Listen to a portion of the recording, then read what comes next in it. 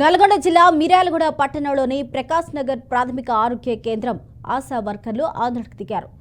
ANM కృప తమను వ్యక్తిగతంగా target చేసి టార్చర్ చేస్తుందని ఆరోగ్య కేంద్రం ముందు బైఠాయించి నిరసన వ్యక్తం చేశారు.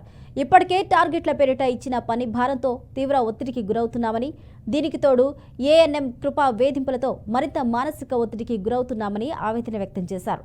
ఈ విషయంపై ఉన్నతాధికారులు జోక్యం చేసుకుని తమకు న్యాయం చేయాలని ఆశా వర్కర్లు కోరుతున్నారు.